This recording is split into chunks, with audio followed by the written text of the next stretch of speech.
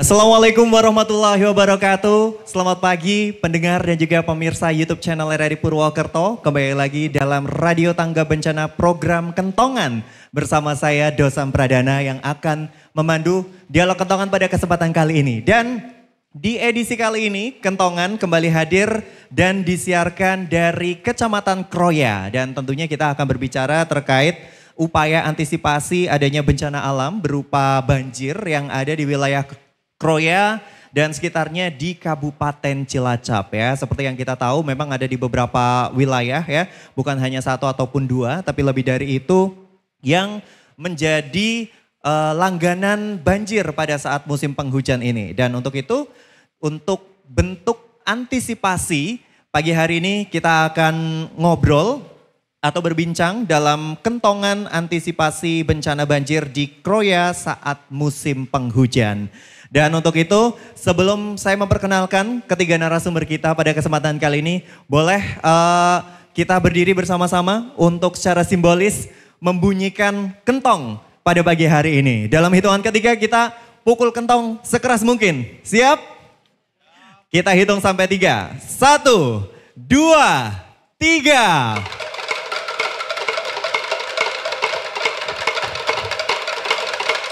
Baik, terima kasih Bapak Ibu yang sudah hadir. Kita boleh duduk kembali. Dan tentunya salam tangguh dan salam sehat untuk kita semua. Baik, kita perkenalkan terlebih dahulu ketiga narasumber kita pada pagi hari ini yang akan saya ajak untuk berbincang di Dialog Kentongan kesempatan kali ini. Yang pertama ada Kabid Kedaruratan dan Logistik BPBD Cilacap, Bapak Budi Setiawan. Salam tangguh Bapak. Oke, selanjutnya ada ini penguasa Kroya ya, bisa dibilang ya. Pak Camat Kroya, ada Bapak Budi Narimo, Esos MSI. Salam tangguh Bapak. Salam tangguh, salam kemanusiaan. Salam tangguh, salam kemanusiaan. Dan yang terakhir ada Kepala Bidang Perlindungan Dinas Sosial Kabupaten Cilacap, Bapak Rohmat Kuswanto SP. Salam tangguh, salam kemanusiaan Bapak. Oke, mungkin mikrofonnya bisa dipakai nih Pak. Oke, gimana sehat Bapak? Alhamdulillah sehat. Oke, ini ada dua Budi pada pagi hari ini yang akan saya ajak berbincang. Dan juga ada Pak Rohmat dari Dinas Sosial ya. Nanti kita akan ngobrol-ngobrol tapi sebelum itu boleh kita dihibur terlebih dahulu kali ya. Oleh teman saya. Untuk mencairkan suasana yang sudah mulai hujan tapi masih agak panas ya. Yeah. Oke, pemirsa dan juga pendengar RRI Purwokerto, langsung saja ini dia Onik. Oke, selamat pagi Bapak Ibu semuanya. Yang tahu lagunya bisa langsung joget atau nyanyi bareng kita ya. Oke.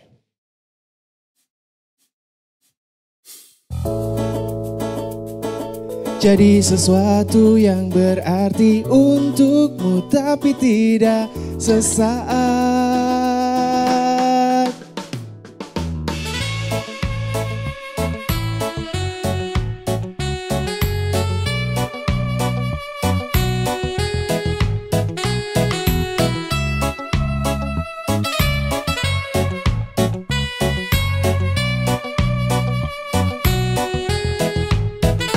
Biarkan aku jadi sesuatu yang berarti untukmu tapi tidak sesaat. Biarkan aku jadi perat untuk bersama di saat kau terpuruk rapuh. Jangan sampai kau lemah, ku yakin kau pasti bisa bangkit. Jangan anggap kau sendiri, hadapi. Ada aku di sini. Walau dia kini telah lama di hidupmu, namun sampai kini tak bahagiakan kamu. Lupakan semuanya, oh tinggalkan saja, percuma. Bukalah matamu selebar dunia ini dan rasa rasakan banyak orang yang peduli. Jangan ingat lagi, jangan kau sesali, ada aku di sini.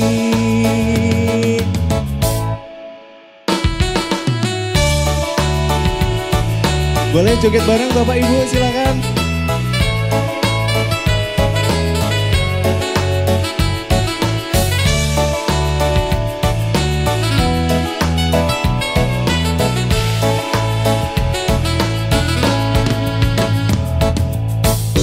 Jangan sampai kau lemah, ku yakin kau pasti bisa bangkit.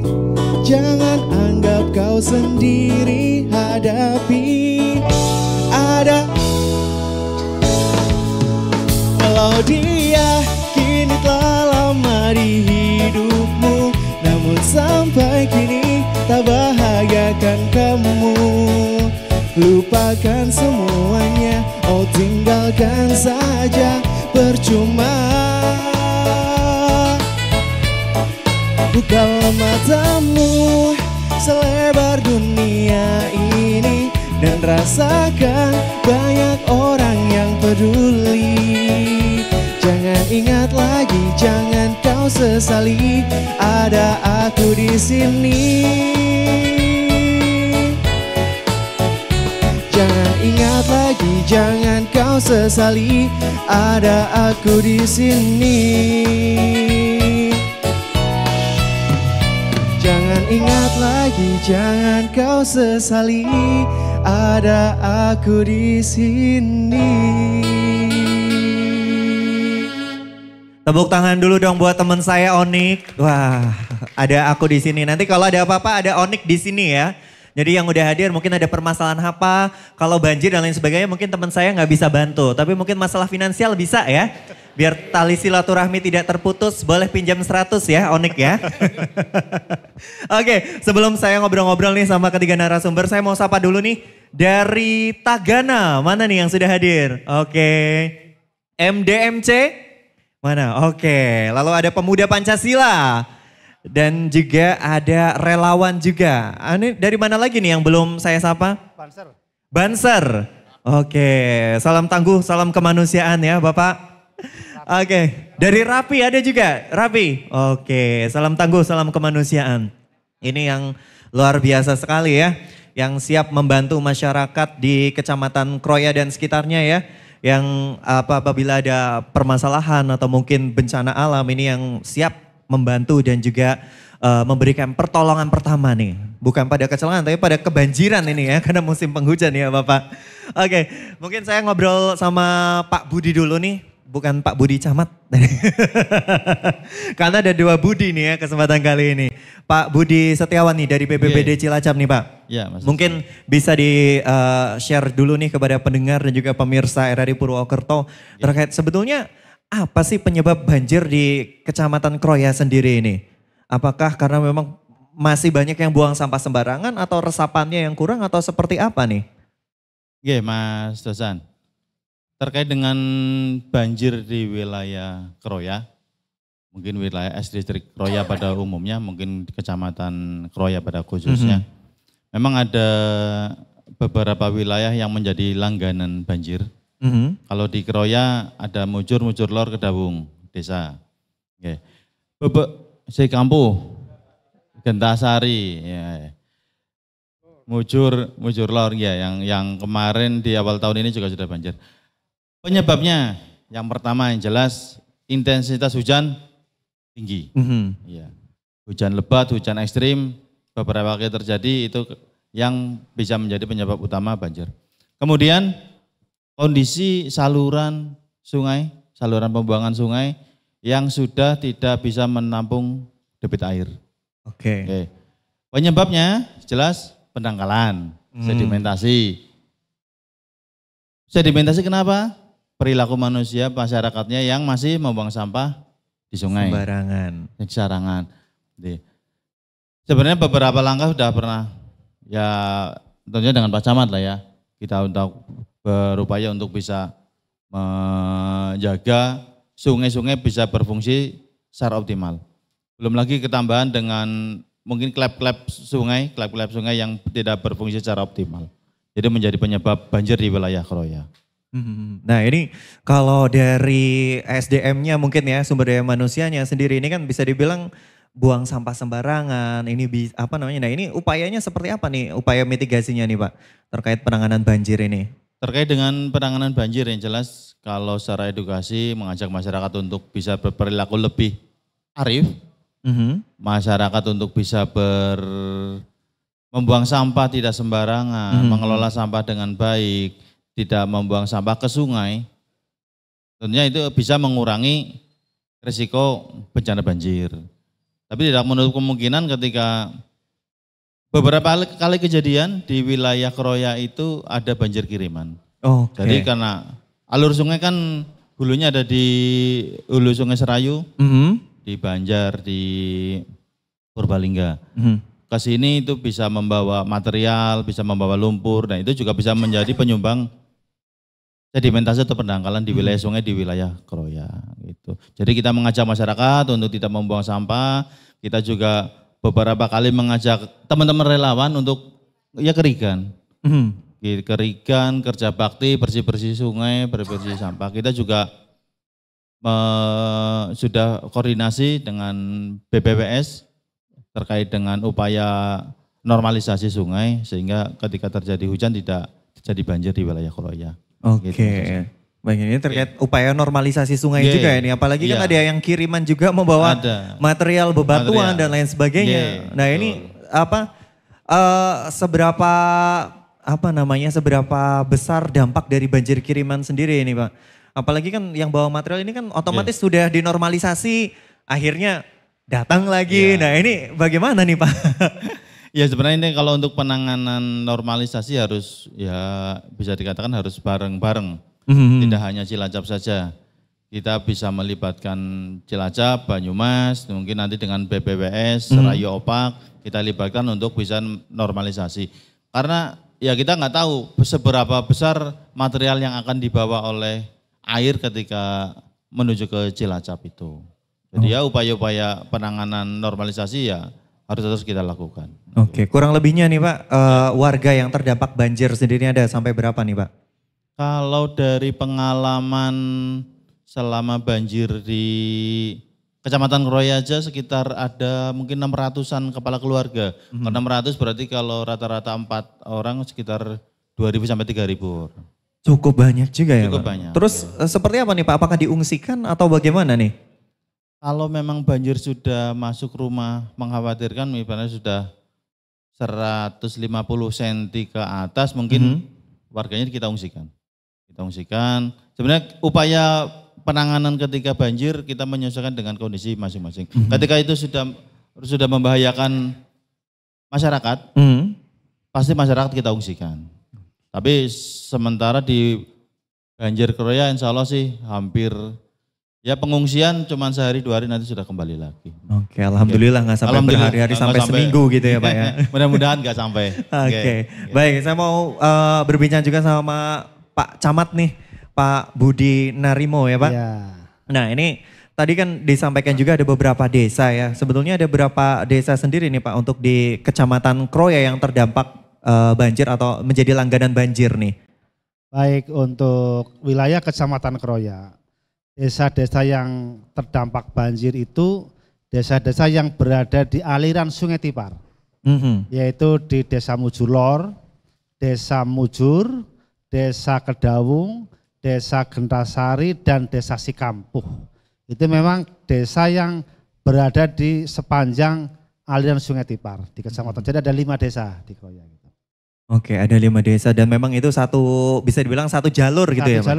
Satu jalur. Oke. Nah terus kan biasanya di masing-masing desa itu kan ada kayak tim sendiri gitu ya Pak. Nah betul. Seperti apa? Apakah sudah ada tim penanganannya atau bagaimana? Kemarin berkaca dari banjir besar di Kecamatan Kroya tahun 2019 itu dan setelahnya terjadi banjir juga tahun-tahun setelahnya. Jadi di desa-desa ini sudah dibentuk tim relawan tangga bencana di tiap-tiap desa dan sudah diakui dikukuhkan juga oleh BPBD Kabupaten Cilacap. Oke, itu di desa yang 5 tadi aja Yang atau 5 di beberapa desa tadi juga ada? Di luar 5 desa itu saja. 5 desa itu Desa saja. yang lain tidak terdampak banjir dan Aman ya Pak ya? Aman. Alhamdulillah ya. Terus ini kan selama ini pasti pernah terjadi banjir yang mungkin paling parah gitu ya Pak. Nah ini kerugiannya sampai berapa, terus paling besar itu berapa, sampai yang paling minim itu berapa nih Pak kerugian yang dialami nih akibat bencana banjir sendiri? Untuk bencana banjir di Kecamatan Kroya itu biasanya terjadi pada bulan-bulan Desember sampai Januari. Dan pengalaman banjir yang sangat besar di Kecamatan Kroya terjadi di akhir tahun 2019. Di mana ketinggian air hampir 2,5 meter di daerah yang paling parah waktu itu. Kalau melihat berapa kerugiannya waktu itu, karena hampir semua aktivitas masyarakat lumpuh di situ. Nah, tidak ada, semuanya diungsikan. Iya. Karena rumahnya juga sudah di atas pintu lah gitu. Airnya di situ. Jadi diungsikan, waktu itu paling besar terjadi banjir itu tingkat kerugiannya mencapai 3 miliar. 3 miliar. Setelah itu memang ada banjir, tapi tidak sebesar tahun 2019. Banjir. Kalau banjir yang setelah itu, kerugian sekitar 1 miliar kerugiannya itu. Oke, itu terakhir 2019 berarti yang paling parah ya Pak? Paling parah dan pertama kali Dan paling parah. Mudah-mudahan tidak ada lagi ya Pak ya? Mudah-mudahan. Nah ini berlangsung sampai berapa hari itu Pak? Itu bisa nyampe 15 hari. 15 hari? 15 hari, air baru surut. Nah 15 hari itu diungsikan juga ya? Semuanya harus mengungsi. Harus mengungsi dan tidak ada yang tidak diungsikan yang terdampak. Berarti total ada berapa warga itu Pak yang diungsikan? Oh waktu itu ada sekitar 10.000 Pak. 10.000? 10.000 warga. Oke, ini diungsikan kemana nih Pak? Ya waktu itu untuk evakuasi itu menggunakan perahu karet. Dari TNI, dari Polri, dari BNPB, BPBD semua dikerahkan waktu itu. Diungsikannya kemana, ke daerah-daerah yang aman, tidak terkena air. Ada yang di masjid, ada yang di balai desa. Balai desa pun terendah waktu itu, balai desa di Mujur misalnya. Ya di daerah-daerah yang gedung-gedung olahraga, di pinggir-pinggir jalan semuanya yang terdekat dari orang-orang yang terdampak. Karena biasanya itu, atau bahkan ke rumah saudara. Karena biasanya masalah itu tidak mau diungsikan jauh-jauh dari tempat tinggalnya. Alhamdulillahnya yang punya saudara bisa numpang di tempat saudara ya Pak. Saudara di desa yang lain untuk kecamatan lain. Tapi kalau yang tidak punya ya di tempat-tempat yang sudah disediakan oleh pemerintah desa. Oke. Ini sempat ngitung nggak Pak berapa kali bolak-balik itu kapal perahu karetnya itu? Ya selama 15 hari itu. Dari 15 hari. mengungsikan sampai mereka kembali ya pakai mobil misalnya. Oh, mobil alhamdulillah. Brimo, mobil Pemda dan sebagainya. Berarti udah nggak pakai perahu karet lagi karena udah surut ya Pak ya. Lalu bagaimana nih Pak, ini kan bisa dibilang belajar dari pengalaman ya. Ya pada tahun 2019 pertama kalinya dan itu langsung parah sekali bisa dibilang ya, paling besar banjirnya. Nah ini dari hal tersebut apa bentuk antisipasi yang bisa dilakukan nih dalam mengantisipasi banjir yang akan datang nih mungkin. Mudah-mudahan sih nggak ada lagi ya Pak ya. Tapi namanya kan ada pepatah mengatakan sedia payung sebelum hujan ya. Jadi paling nggak kita prepare dulu, kita persiapkan biar amit-amit kalau ada banjir lagi kita udah nggak bingung gitu karena udah persiapan. Nah ini apa nih Pak yang udah disiapkan untuk mengantisipasi? Iya, banjir di Kroya ini kan bencana alam yang dikhawatirkan oleh alam. Waktu itu tahun 2019 kenapa kok terjadi banjir besar sekali bahkan terbesar itu karena air laut itu sedang pasang tinggi. Kemudian yang kedua curah hujan waktu itu sangat besar dan kita yang ada di Kecamatan Kroya adalah daerah yang menerima aliran air hujan dari Kabupaten Banyumas, khususnya Kecamatan Kemranjen dan Kebasen di sepanjang jalur gunung-gunung yang ada di depan itu. Semua lari ke Kecamatan Kroya karena kita memang daerah paling rendah di Kecamatan Kroya itu. Jadi karena air laut pasang waktu itu, kemudian curah hujan tinggi, kemudian yang berikutnya itu ya terjadi pendangkalan sungai. Antisipasinya apa? Biasanya kami setiap awal musim penghujan seperti ini, yang pertama kami menginstruksikan kepada kepala desa untuk seluruh desa, tidak hanya 5 desa itu, melakukan kerja bakti massal, membuang sampah-sampah yang ada di selokan, saluran air, kemudian tanah-tanah yang berakibat bisa menjadi pendangkalan dan sebagainya, kerja bakti. Kemudian yang kedua ya antisipasi. Antisipasinya ya untuk bersiap-siap apabila terjadi banjir dan kita harus istilahnya bersahabat dengan bencana. Karena memang itu suatu yang tidak bisa dihindari. Jadi ya sudah, kita tidak perlu panik, tidak perlu takut, kita bersahabat saja. Karena kebetulan kan banjir di Kroya ini bukan banjir bandang, tapi banjir genangan yang tidak berpotensi ada kerugian jiwa. Oke, nah ini terkait dampaknya sendiri nih bagi warga masyarakat dan juga mungkin bagi Kecamatan Kroya sendiri nih Pak, seperti apa nih dari banjir tersebut dampaknya? Dampaknya sangat luas. Yang pertama dampak di bidang pertanian, itu puluhan bahkan ratusan hektar sawah terendam. Ya. Padi yang siap panen sering terendam, kemudian tanaman padi yang baru berumur 1 bulan, 1,5 bulan terendam busuk, itu kerugian. Yang kedua di bidang perikanan, masyarakat yang mengelola kolam dan sebagainya otomatis hilang tersapu. Kemudian dampak material perumahan, rumah-rumah otomatis rusak. Ya, karena terendam banjir rusak, juga barang-barang yang ada di rumah itu. Kemudian yang berikutnya kerugian bagi pemerintah itu jalan rusak.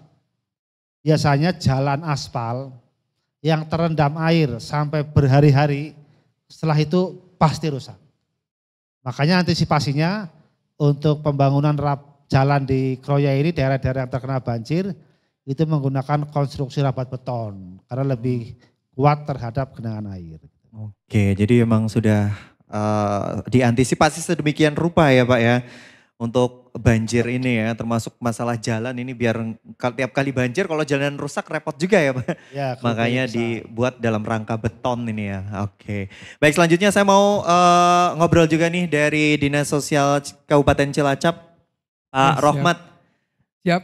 Nah ini terkait logistik nih Pak. Iya. Nah kira-kira logistik yang disiapkan nih udah apa aja nih untuk mengantisipasi ketika banjir tiba nih Pak? Oh iya, terima kasih nih.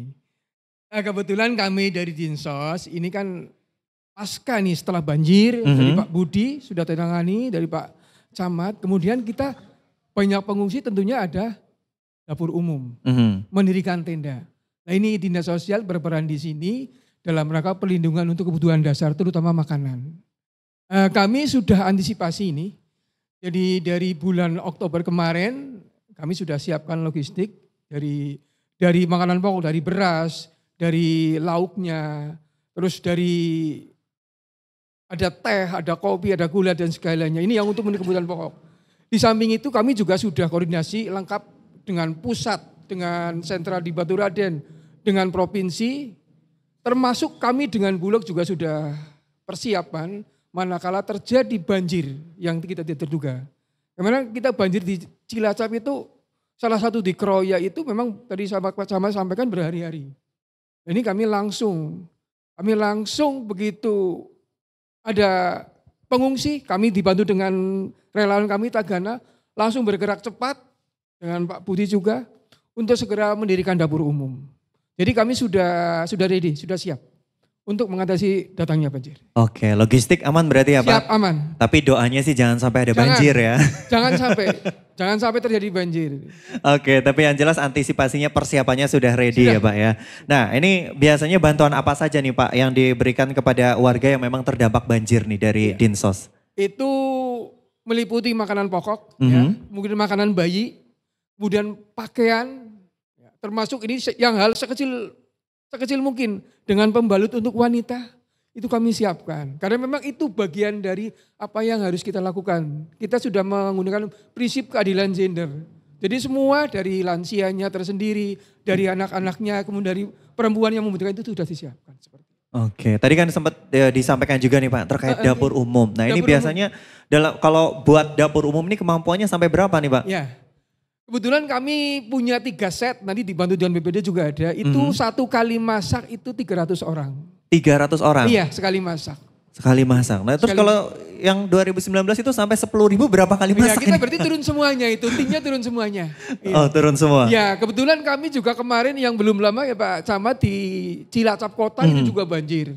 Ya Alhamdulillah kami koordinasi dengan kawan-kawan semuanya, dengan BPD, dengan relawan kami juga, kami siapkan untuk dapur umumnya. Waktu itu sampai 1.500. Sampai 1.500. Ya di kota itu yang kejutan, banjir di kota. Itu yang memang intensitas sangat tinggi waktu itu malam, tidak sampai 2 jam hujan. Dan saya memang pas di perjalanan, ya sangat tinggi, jalan tidak kelihatan sama sekali. Nah, kami sudah siap antisipasi. Termasuk untuk Kroya juga kami sudah membentuk KSB, ya di kawasan bencana ya. Jadi untuk menyiapkan dari Mujurlor kemarin pusatnya di Mujurlor. Jadi teman-teman dari desa sudah siapkan untuk KSB. Jadi dia sudah dilatih untuk bagaimana untuk menolong korban. Kemudian mempersiapkan tenda, membersihkan dapur umum. Udah kami latih semuanya. Seperti itu. Di samping itu kami sudah menyiapkan ini akan segera turun untuk mengisi lumbung-lumbung semuanya. Nah ini ada kesulitannya nih Pak, kan banjir ya, biasanya kan ketika banjir datang, ini bahan baku dan logistik ini kan agak kesusahan untuk mendistribusikan. Nah ini biasanya ada kesusahan seperti itu juga nggak nih Pak? Ya memang kadang ada, tapi kami juga dengan semua komponen sudah kerjasama. Kami sudah kalau memang itu nanti ada jangkauan yang tidak bisa, biasanya juga dengan teman-teman dari Polri, dari Angkatan Laut, membawa kapal untuk siap terjun. Jadi jangan khawatir, insya Allah sudahnya semuanya ready seperti itu. Oke. Tadi disampaikan juga ada KSW ya Pak ya? KSB. Ya, kawasan siaga bencana. Kampung siaga bencana kalau sekarang berubah menjadi kawasan. Kawasan siaga bencana. Nah ini anggotanya terdiri dari siapa aja nih Pak? Nah ini dari masyarakat, mungkin dari Mujur ada ya, dari Mujur ya dari ini. Itu semua masyarakat. Sudah perwakilan dari masing-masing desa, terutama tadi yang disebut Pak Camat ada 5 desa yang berkontribusi. Oke, total udah berapa itunya Kami Pak? sudah punya 6. 6? Iya, terutama itu untuk wilayah yang memang sangat rentan bencana. Jadi di samping kalau di sini adalah banjir, kalau wilayah barat itu adalah longsor. Kami sudah siapkan. Oke, ini berarti sudah di training juga ya? Sudah. Oke, kalau misalkan ada nih warga di wilayah Kecamatan Kroya ataupun di sekitarnya nih pengen tergabung juga dalam KSB juga nih, bisa atau seperti apa nih caranya? Ya siap, nanti kami juga akan melakukan pelatihan lagi. Memang kami juga kemarin karena juga untuk wilayah Cilacap kebetulan tidak ada Kroya ini, tadi kalau ada tsunami tempat pengungsian ini. Ini kami juga kemarin dengan BPBD sudah siap ya. Sudah siap untuk antisipasi itu. Dan kami rencanakan untuk pembentukan di selain Kroya ada sisi pinggir pantai, kami juga akan membentuk KSB baru seperti itu. Oke, jadi bisa nanti akan ada pelatihannya juga ya. Karena semakin banyak nanti akan semakin bagus juga bagi warga masyarakat ketika bencana tiba ya Pak. Artinya kerentanan semakin kecil. Iya. Seperti itu. Oke, mungkin saya kembali lagi nih Pak Budi dari BPBD Cilacap nih. Saya pengen tahu mungkin bisa di-share juga nih kepada pendengar dan juga pemirsa RRI Purwokerto. Sebetulnya langkah awal kan nggak mungkin nih ketika bencana datang, banjir datang kan nggak mungkin BPBD udah ready di situ kan. Nah ini mungkin langkah awal yang bisa dilakukan oleh warga nih ketika bencana seperti banjir ini tiba, apa yang harus dilakukan nih Pak? Yang dilakukan oleh warga? Iya. Iya, sebenarnya kalau banjir kan bisa dikatakan bencana yang ya bisa diprediksi lah. Iya. Kita ada prediksi dari BMKG terkait dengan curah hujan. Ketika sudah air naik, kita pasti langsung ke lokasi. Kita langsung ke lokasi, kita cek, kita asesmen wilayah-wilayah yang memang terdampak, warga-warga masyarakat yang terdampak banjir, mana dulu yang kira-kira airnya sudah masuk, sudah lebih tinggi, kita fungsikan.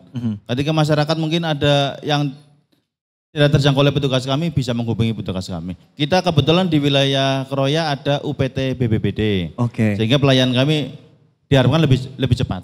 Lebih cepat. Jadi ketika ada warga yang melaporkan kejadian misalnya di lingkungannya banjir setinggi seberapa, laporan ke kami insya Allah nanti kita akan turunkan tim. Oke, apalagi ada UPT-nya juga Ada ya. UPT, Jadi betul. lebih cepat Lebih menjangkau cepat. wilayah yang memang terdampak atau terkena banjir tersebut ya, ya. betul. Oke, baik.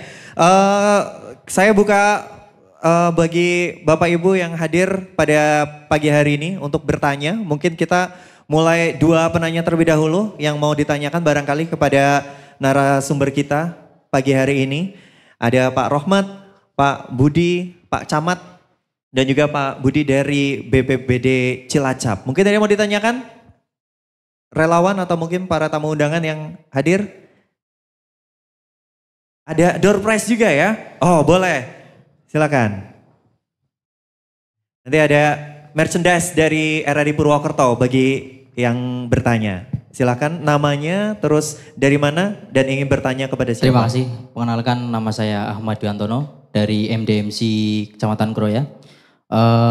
Izin bertanya kepada Bapak Budi BPBD. Ya. Kita sudah memasuki musim penghujan dan kita sudah mulai harus pasang kuda-kuda nih Pak ya, begitu. Dan kita juga mengamati ada beberapa tempat kemarin juga hujan deras juga sudah mulai tergenang dan juga sudah mulai surut kembali. Salah satu penyebab banjir di Kecamatan Kroya tadi adalah pendangkalan gitu Pak. Yang ingin kami tanyakan adalah sudah sejauh mana dari pihak BPD maupun yang terkait dalam pengawalan normalisasi bantaran sungai Tipar yang khususnya penyumbang air terbanyak di Kecamatan Kroya. Terima kasih Bapak, itu yang dapat kami tanyakan. Oke, terima kasih Mas Ade Antono dari MDMC ya. Oke, selanjutnya satu penanya lagi sesi kali ini. Boleh? Oke, ini dari Pemuda Pancasila. Oke, silakan. Bismillahirrahmanirrahim. Assalamualaikum warahmatullahi wabarakatuh. Waalaikumsalam warahmatullahi wabarakatuh. Selamat siang, perkenalkan nama saya Herlan Nurtanta SPD. Mau bertanya ke para bapak-bapak narasumber. Untuk kami dari Pemuda Pancasila kebetulan sudah sering ikut membantu relawan ataupun dari pihak Basarnas, MDMC, Damkar juga yang di wilayah Kroya Bapak. Lah, yang kami tanyakan dari pihak BPBD ataupun Dinsos jika ke depan ada diklat tambahan untuk kita penanggulangan rescue di air, mohon kita diikut sertakan Bapak karena kemampuan kita terbatas karena selama ini kami di Klatsar hanya untuk fisik saja Bapak. Jadi untuk rescue di air kita emang kurang jamnya. Jadi mohon ke depan jika emang ada di Klatsar untuk rescue di air, mohon kami dilebatkan. Kurang lebihnya begitu, terima kasih. Wassalamualaikum warahmatullahi wabarakatuh. Waalaikumsalam warahmatullahi wabarakatuh. Baik, mungkin bisa dijawab terlebih dahulu. Oke. Pak Budi. Oke, matur nuwun Mas. Terkait Ahmad. pengawalan nih, normalisasi sungai. Oke, terkait pengawalan normalisasi sungai. Sebenarnya untuk penanganan sungai, ini kan menjadi ranahnya kewenangannya PSDA. Kemudian di tingkat nasional kita ada BPWS Serayu Opak. Kita sudah bersurat, khususnya untuk Serayu Opak, untuk normalisasi sungai. Setiap tahun kita ajukan permohonan untuk normalisasi. Ya mudah-mudahan beberapa ruas sudah ditangani karena panjangnya aliran sungai tentunya tidak bisa ditangani sekaligus. Kita tentunya terus berproses pendekatan ke PSDA maupun ke BPWSSO untuk penanganan normalisasi. Mudah-mudahan tidak lama lagi ya, mudah-mudahan dalam beberapa tahun ada penanganan yang lebih konkret, lebih lebih masif sehingga sungai-sungai yang ada di wilayah Kroya bisa ternormalisasi semua, paling itu. Oke, mungkin sebetulnya ada berapa sungai sih Pak untuk di wilayah Kroya sendiri yang memang harus dan segera dinormalisasi nih? Mungkin ke Pak Camat ada berapa? Boleh. Ya sebenarnya untuk penanganan masalah banjir ini, dulu kami sempat rapat ya, tokoh masyarakat, pemerintah kecamatan rapat dengan Balai Besar wilayah sungai. Selaku institusi yang punya otoritas menangani masalah sungai termasuk normalisasi. waktu itu langsung disanggupi ya akan dibangun, tapi waktu itu kan terjadi bencana COVID. Sehingga anggarannya itu dialihkan. Tapi sekarang sudah ada tahapan penanganan. Hanya dimulai dari wilayah hulu di daerah Banyumas itu, Kemranjen sampai ke Buntu. Jadi ini penanganannya dari atas. Kalau tidak salah dengar itu sekitar 11 miliar beberapa anggarannya untuk parapet, kemudian untuk normalisasi sungai dari wilayah atas. Itu yang sepanjang kami ketahui untuk penanganan normalisasi sungai yang ada di wilayah Kali Tipar. Padahal ada berapa? Ya satu itu, Sungai Tipar itu yang berpengaruh besar terhadap banjir karena biasanya itu, jadi begini kondisinya itu, dasar Sungai Tipar itu ada di atas permukaan daerah yang paling rendah. Jadi mudah sekali untuk melimpah. Itulah sungai yang bukannya menjadi biang kerok, tidak, sungai itu bukan biang kerok, itu alam. Dulu ya tidak pernah banjir, tapi karena ulah manusia sekarang banjir, kebetulan penyumbangnya dari Sungai Tipar itu. Oke, baik. Pertanyaan berikutnya nih mungkin dari Pak Rohmat bisa dijawab nih. Terkait diklat tambahan nih untuk diklat rescue air ya Pak ya. Nah ini mungkin bisa di-share informasinya nih Pak. Oke ya, dari Pemuda Pancasila ya. Iya, terima kasih. Kami kalau untuk diklat yang air dengan angkatan laut Pak ya.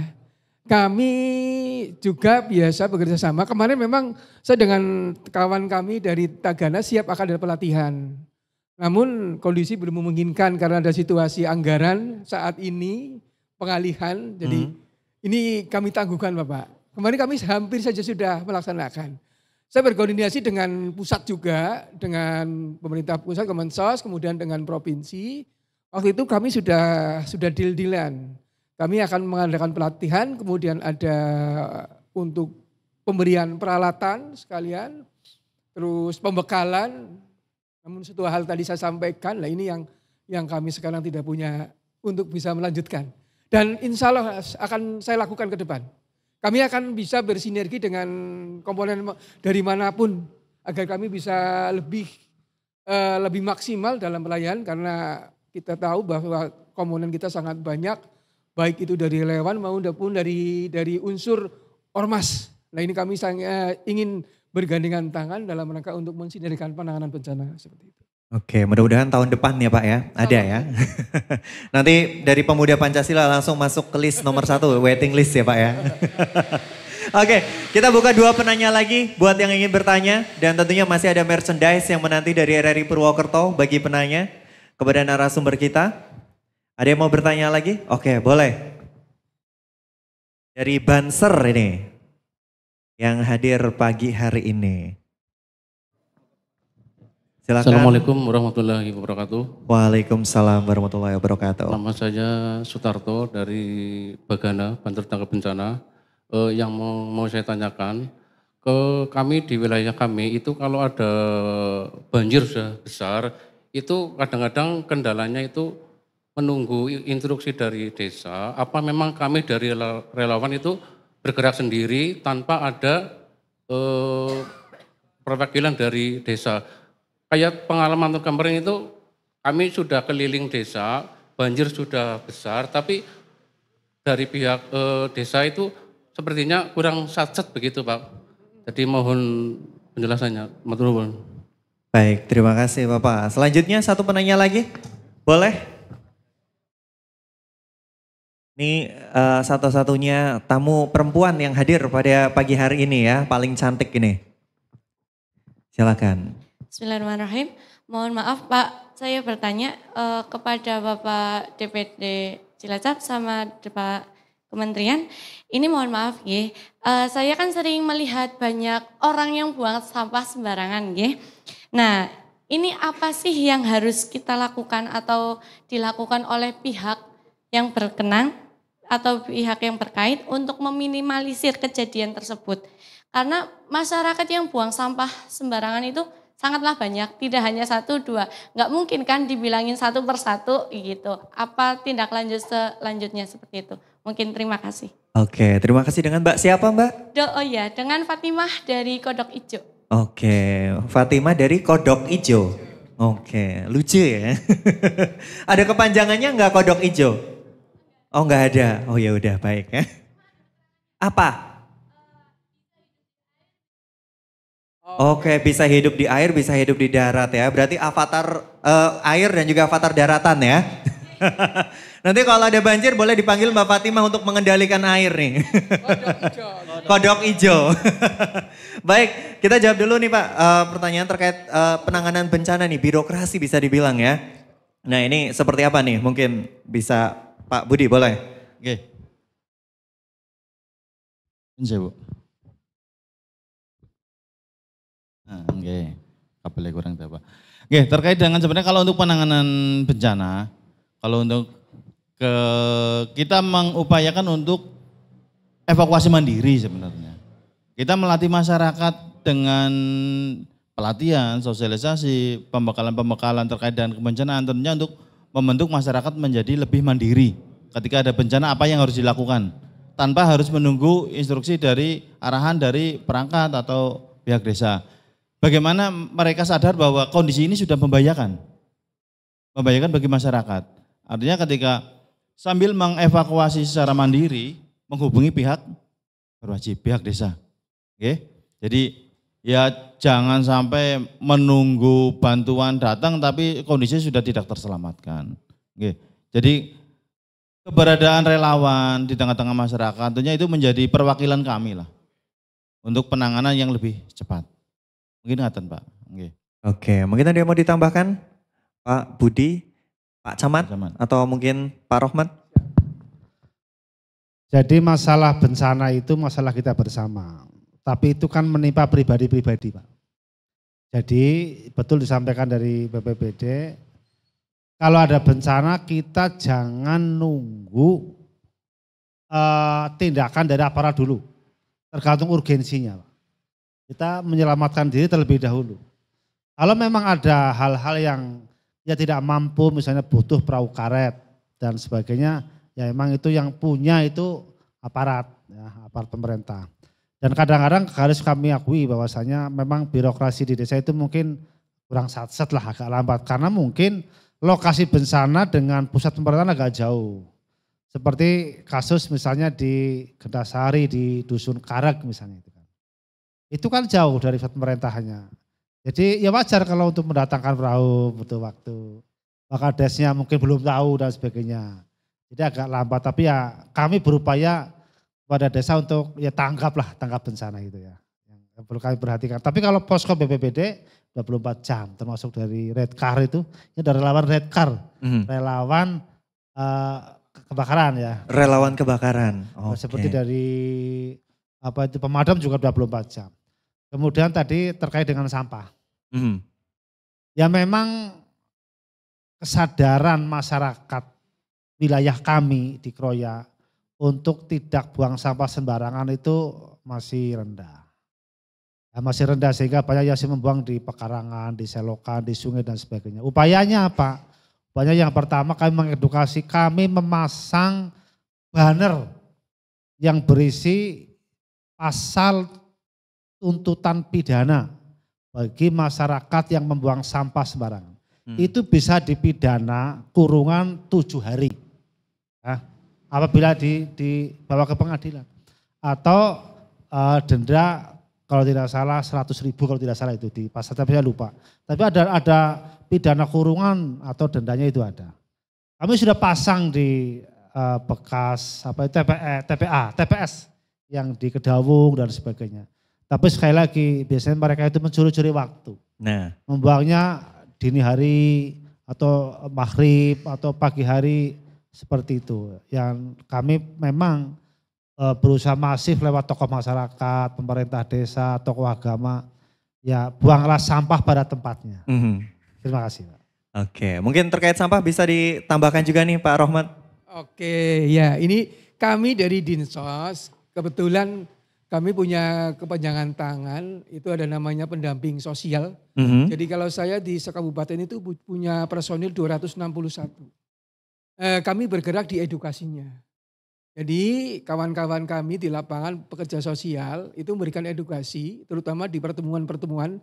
Jadi anggota kami di lapangan setiap bulan, setiap kelompok itu mengadakan pertemuan.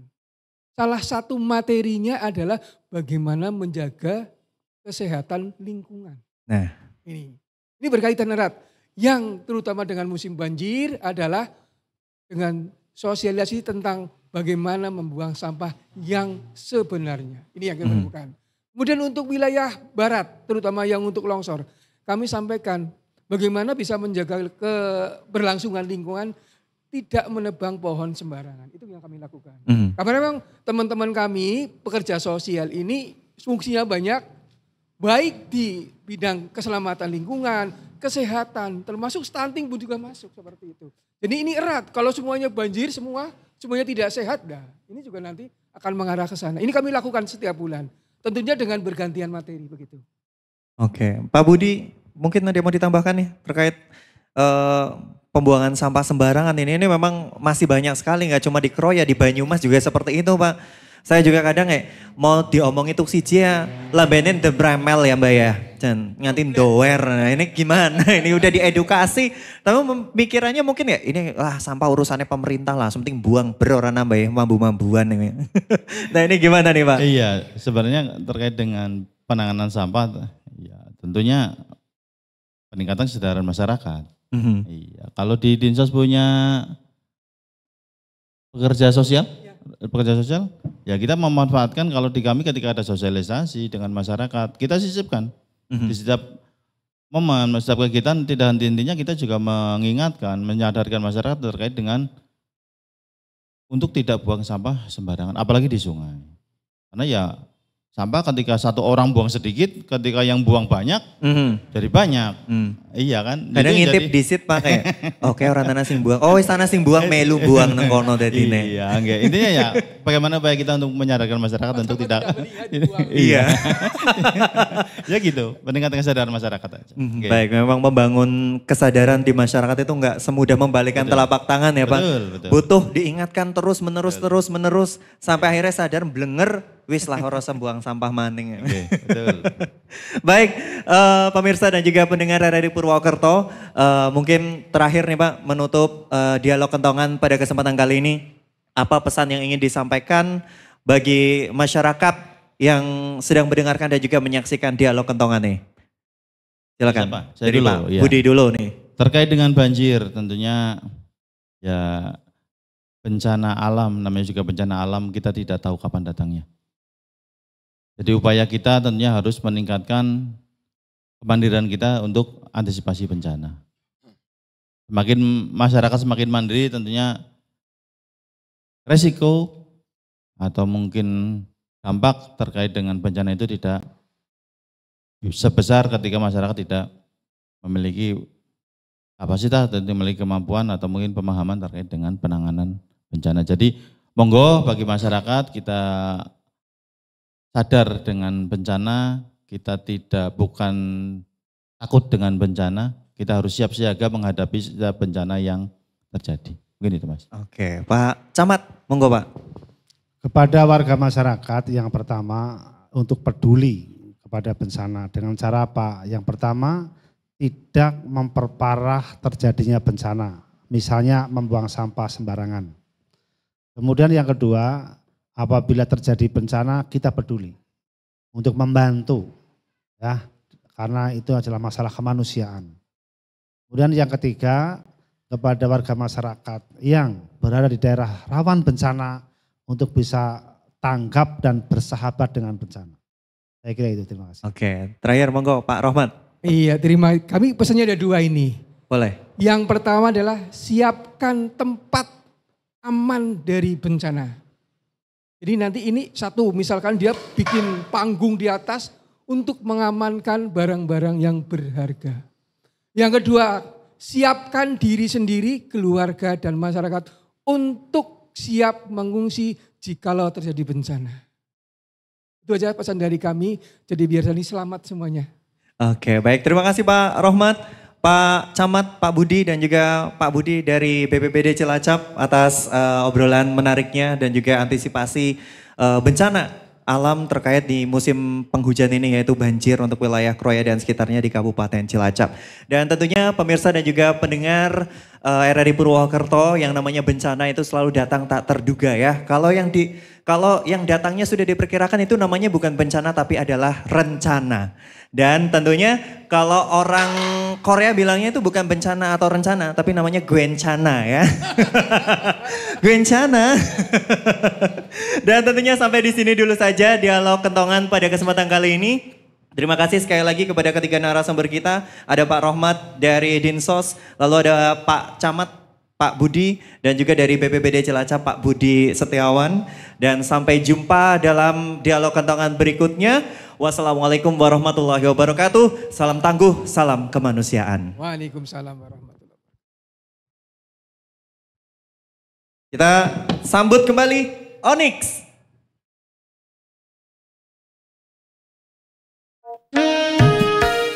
Oke, Bapak Ibu silakan yang mau joget bareng saya langsung monggo ke depan. Boleh, Bapak Fatima? silakan nyanyi bareng, silakan. Ayo monggo, Pak. Sing bojone anyar monggo dipamerke. Pamer bojo, kagem sampean sedoyo. Monggo silakan Pak, yuk kita joget bareng yuk. Koyo ngene rasane wong nandang kangen. Rino wengi atiku rasane peteng. Tansah kelingan kepengen nyawang sedinae kowe semua tenan. Citra janji tekane kowe ngapusi ganti sprene suwene aku ngenteni. Nangis batinku grantas uripku teles kepesen netes alo. Cendol dawet, cendol dawet, Cendol, cendol. cendol cendol, cendol cendol, cendol dawet seger piro 500-an. terus Gak pakai ketan. Ciro lupat 5 6 7 takin takinta takin takinta.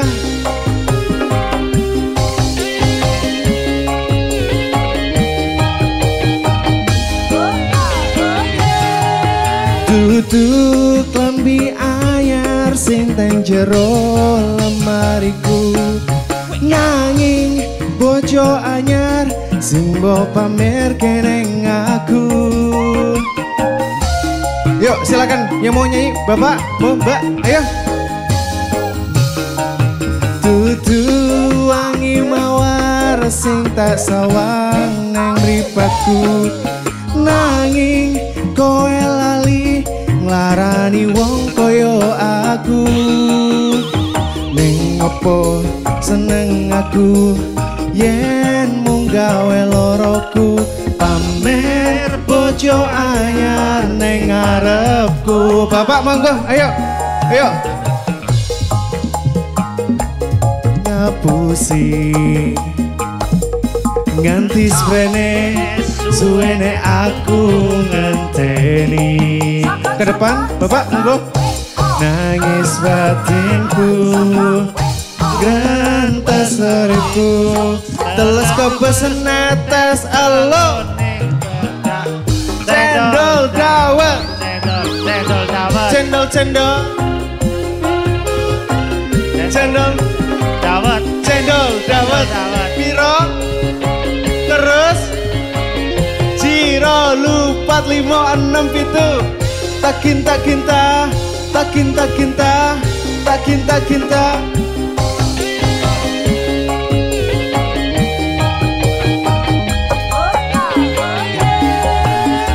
Tutup lambi anyar sing nang jero lemariku.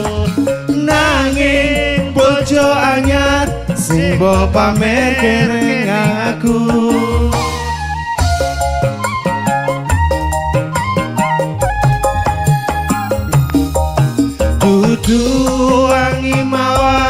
sing tak sawang ning mripatku, nanging kowe lali nglarani wong kaya aku.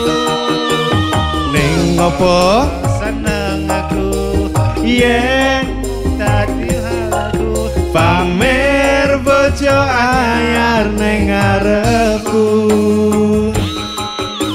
Ning ngopo seneng aku yen mung gawe loroku, pamer bojo anyar ning ngarepku. Terima kasih.